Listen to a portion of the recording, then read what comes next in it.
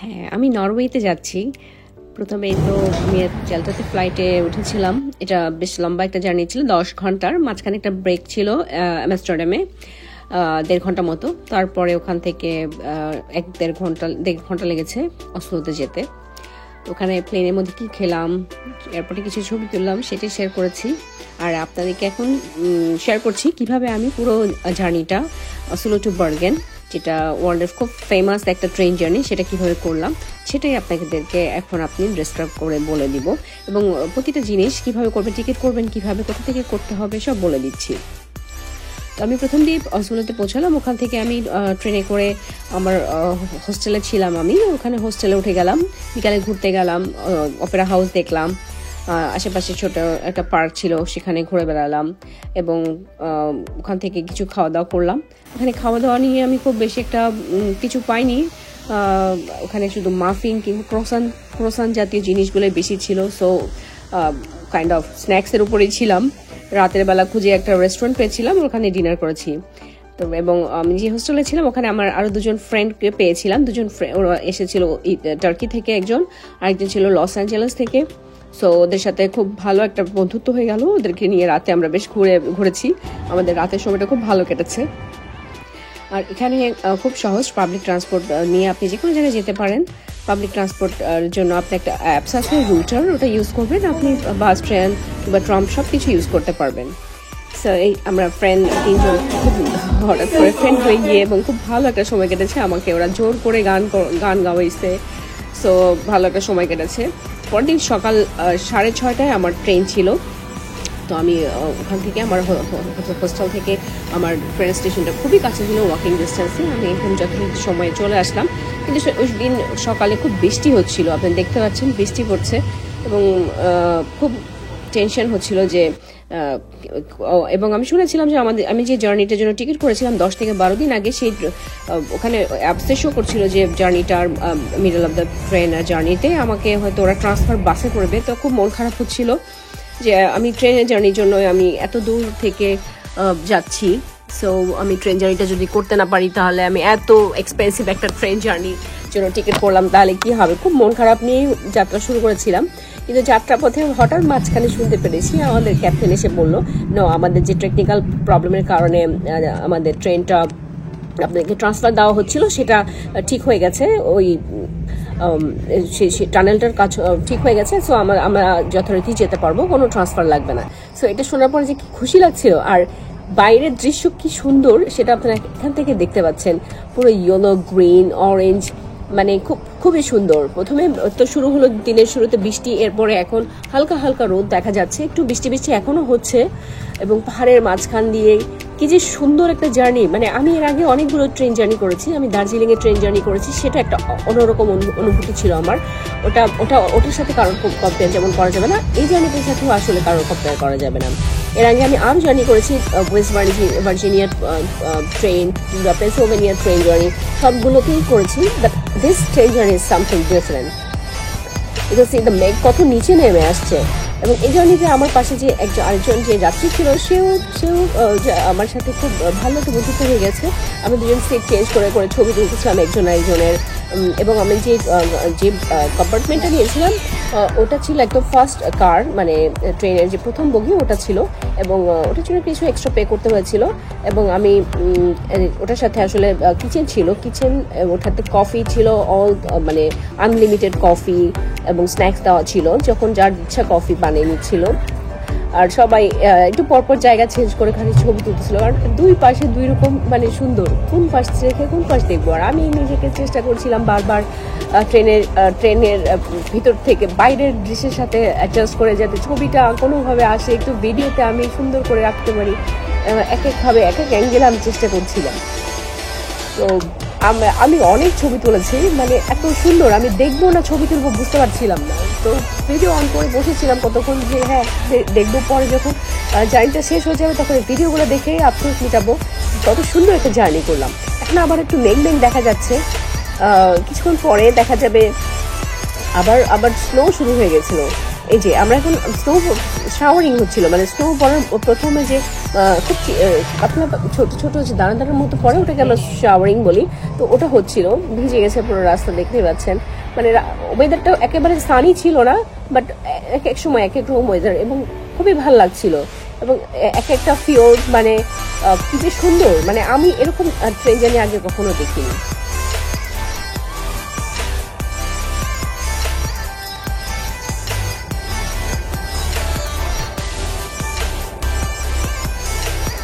এই যে দেখছেন যে এটা হচ্ছে কিচেন, যেটা ছিল ক্যাফেটেরিয়া না কিচেন। এখানে সব চা কফি দেওয়া ছিল, অনেক ভ্যারাইটিস, টি কফি, ডিক্যাফ, আপনার যা যেটা ভালো লাগে, চকলেট, হট চকলেট ছিল। সো যার যখন যেটা প্রয়োজন সে সেটা নিচ্ছিল। স্পেশালি এটা আমরা যারা প্রথম বগিতে ছিলাম তাদের জন্য এটা খুব কনভিনিয়েন্ট ছিল। আর যারা পিছনে ছিল, এটা অনেক লম্বা ট্রেন, আর 10 বগি ছিল সম্ভবত, কারণ এটার ক্যাফেটেরিয়াটা ছিল একদম লাস্টে। আমি হেঁটে হেঁটে ওটারও একটা ভিডিও করেছি। কি সুন্দর বাচ্চাদের প্লের জন্য একটা জায়গা ছিল, যেখানে বাচ্চারা খেলার একটা, বাবা মারা বাচ্চাকে দিয়ে একটু রেস্ট করতে পারে, বাচ্চারা একটু ফ্রিভাবে হাঁটাচলা করে খেলতে পারে। এই যে দেখছেন অরেঞ্জ কালার, এই জায়গাটা হচ্ছে বাচ্চাদের জন্য খেলার জায়গা। আর এটা হচ্ছে ক্যাফেটেরিয়া। এখানে সব কিছু ফ্রোজেন কোল্ড আইটেম আছে, নট ফ্রোজেন, কোল্ড স্যান্ডউইচ থেকে শুরু করে স্ন্যাক্স, অনেক ফ্রুটস, অনেক কিছু ছিল। যার যদি কেউ খেতে চায় তাহলে এখানে বসে খেতে পারবে। তো এখানে আমি ডোর ওপেন করার সিস্টেমটা বুঝতে পারছিলাম না। এখানে আসলে জাস্ট হাতটা, ওখানে একটা সেন্সর ছিল, ওখানে টাচ, হাতটা উপর রাখলে খুলে যাবে। প্রথমে আমি আসলে খুলতে পারছিলাম না, তো পরে ঠিক করলাম। এখানে হচ্ছে লাগেজ রাখার জন্য, প্রত্যেকটা বগিতে লাগেজ রাখার জন্য স্পেশাল জায়গা আছে। ভিজিট করতে চান তাহলে দুটো সিজনে ভিজিট করতে পারেন। একটা হচ্ছে সামার টাইম, সামার টাইমটা হচ্ছে বিশেষ করে এপ্রিল থেকে আগস্ট, সেপ্টেম্বর পর্যন্ত। সেপ্টেম্বর পর্যন্ত আপনার সামারের সব অ্যাক্টিভিটি করতে পারবেন। এখানে তখন দিনের আলো থাকে, যেটা মিড নাইট সান, রাতের বেলা অন্ধকার তেমন একটা হয় না। আর এই যে অক্টোবর থেকে মার্চ তখন হচ্ছে উইন্টার সিজন শুরু হয়ে যায় এবং বৃষ্টি থাকে, ওয়েদার চেঞ্জ হতে থাকে। আর তখন রাতের পরিমাণটা বেড়ে যেতে থাকে। তখন দেখা যায় অনেকগুলো জায়গায়, বিশেষ করে ট্রমসো, তারপরে ওলফটন আইল্যান্ড ওদিকে যদি যান তাহলে বেশিরভাগ সময় রাতের অংশটা বেশি পড়বে, একদম সারা রাত। সকাল সূর্য উঠবে অনেক দেরিতে, অনেক সময় অনেক উঠেই না, অন্ধকার থাকে। যেমন সল ওয়ার্ল্ডে যখন হয় ওখানে 6 মাস দিন 6 মাস রাত। তো কিছু যে দেখতে পাচ্ছেন কি সুন্দর বাড়িঘরগুলো, এখানকার আইকনিক। এখানে সব বাড়িগুলো এরকম লাল রঙের। সো যারা সোলো ট্রাভেল করতে চান তারা অবশ্যই আগে থেকে বুকিং দিবেন। বিভিন্ন অ্যাপস আছে যেগুলোতে আপনি ট্রাভেলের জন্য বা ট্রেন, বাস ওগুলো বুকিং দিতে পারেন। যদি অসলো থাকেন তাহলে ওটার জন্য রুটার একটা অ্যাপস আছে, ওটার থেকে আপনি ট্রেন, বাস সব কিছু খুব সহজেই বুক করতে পারবেন। আর হচ্ছে অন্য শহরে যাওয়ার জন্য যেটা ট্রেনের জন্য ভিওয়াই অ্যাপসটা ডাউনলোড করতে পারেন, ওখান থেকে ট্রেনের টিকিট করতে পারবেন। সব একটা সব থেকে বার্গেনে এটা বলা হয় সবচেয়ে সুন্দরতম ট্রেন জার্নির একটা। দেখতে পাচ্ছেন আমার পিছনের মাউন্টেন, কখনো লেক।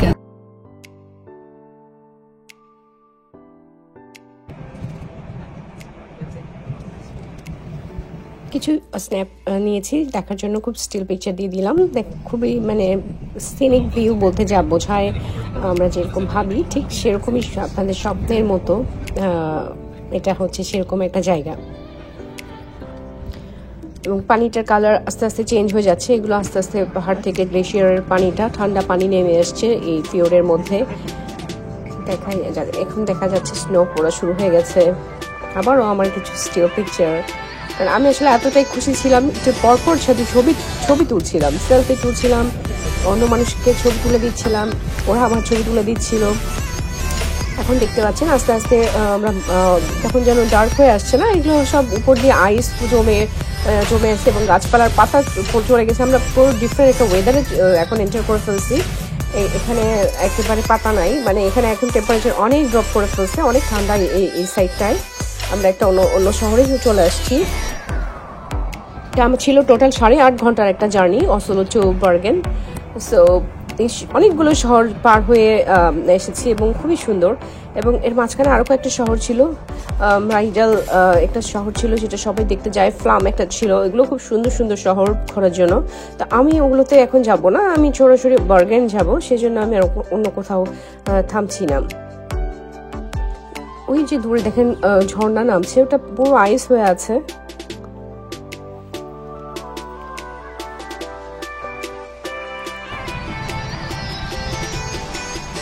আপনারা যারা প্ল্যান করবেন তারা অবশ্যই অ্যাডভান্স সব কিছু বুকিং করবেন, আপনার রিসার্চ করবেন ড্রেস সম্পর্কে, কোন ওয়েদারে কী ড্রেস আনতে হবে। সামারে আসলে একরকম ড্রেস, উইন্টারে আসলে একরকম, স্প্রিংয়ে আসলে একরকম। সো কোন এলাকায় যাবেন সেটার উপরে সব কিছু নির্ভর করে, এগুলো সব খুব ভালো করে স্টাডি করে তারপরে আসবেন। আমি চেষ্টা করছি যতটুকু আমি করেছি জার্নিতে, আমার যতটুকু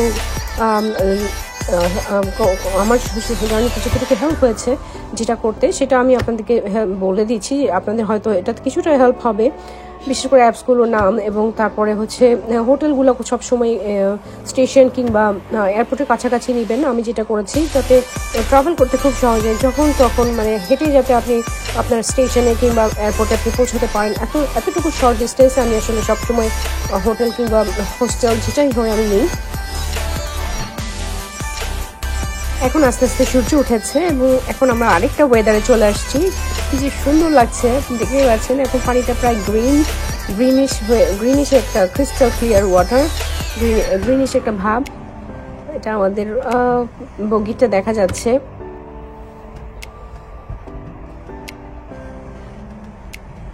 এখন মাঝে মাঝে মনে হচ্ছিল যে কিছুক্ষণ পরপর এই জার্নিটা যেন শেষ না হয়, এত সুন্দর। মানে আমি 2 মিনিটের জন্য চোখটাও কখনো বন্ধ করিনি এই 8.5 ঘন্টা। এবং মানে আমি প্রতিটা সেকেন্ড দেখছি, মনে হচ্ছে যে প্রতিটা সেকেন্ড ক্যাপচার করি যতটুকু পারি, যেভাবে পারি। আমি চেষ্টা করেছিলাম ভিডিওটাকে শর্ট করার, কিন্তু আমি যখনই দেখছি যে কোন ক্লিপটা বাদ দিব, একটা বাদ দিলে আরেকটা সৌন্দর্য দেখা মানে একটা না একটা বাদ পড়ে যাবে, তাই ভিডিওটা বেশ লম্বা হয়ে যাচ্ছে। ধৈর্য নিয়ে দেখবেন, ভালো লাগবে। এবং ট্রেনের সিটগুলো দেখতে পাচ্ছেন কত স্পেশিয়াস, এবং টেবিল আছে এটার সাথে, নিচে আপনার চার্জারের পোর্ট আছে, সব কিছু আছে। এখানে আরেকটা স্টেশনে আমরা চলে এসেছি এবং এখানে যে কতগুলো টানেল আছে আমি শিওর আমি বলতে পারবো না। নরওয়েতে আপনি প্রতি মাইলে মনে হয় 2-3টা টানেল, প্রতিটা মাইলের মধ্যে 2টা টানেল কিংবা 3টা টানেল পাবেন। সো পুরো মানে পাহাড় কেটে কেটে টানেলগুলো তৈরি করা, এবং হয়তো এটা ওদের রুটের সুবিধা করার জন্যই খুব ভালো করেছে, যার জন্য কোথাও আপনাকে থামতে হচ্ছে না। মানে এত টানেল আমি আসলে অন্য কোনো কান্ট্রিতে দেখিনি। কি সুন্দর লাগছে দেখুন। আমি অলমোস্ট প্রায় চলে আসছি।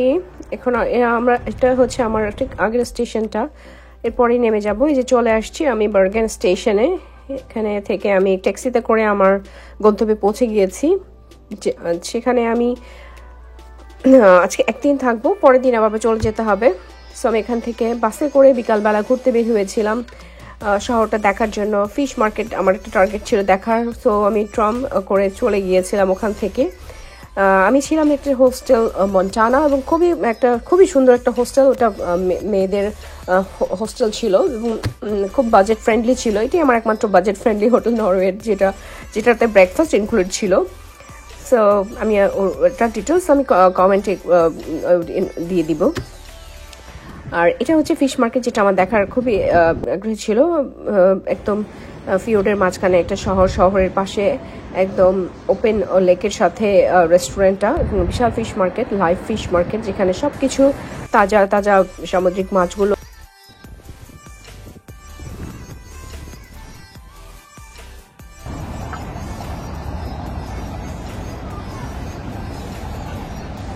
এখন আছি বার্গেনের ফিশ মার্কেট। এটা খুবই ফেমাস।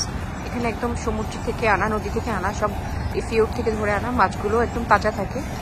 ওরা একদম ফ্রেশ রান্না করে দেয়। দেখি এখন যাব, গিয়ে এখন ডিনার করব।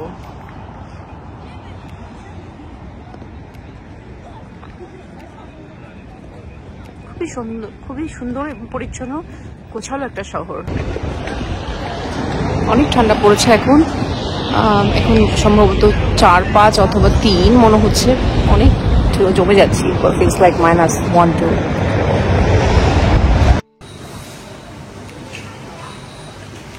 আমি এখন চলে এসেছি ফিশ মার্কেটে।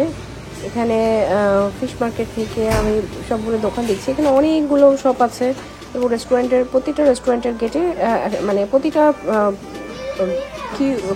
কি বলবো এটাকে, প্রতিটা ব্লকের মতো করা, প্রতিটার সাথে রেস্টুরেন্ট, মানে প্রতিটা আপনি যেখান থেকে নেবেন একটা সরাসরি রেস্টুরেন্ট, তার সোজাসুজি দরজায় আরেকটা মানে রেস্টুরেন্ট, মানে এখানে থেকে আপনি যেটা চুজ করবেন প্রত্যেকটা রেস্টুরেন্টের এটা হচ্ছে ওপেন ফ্রিজার বলা যায়।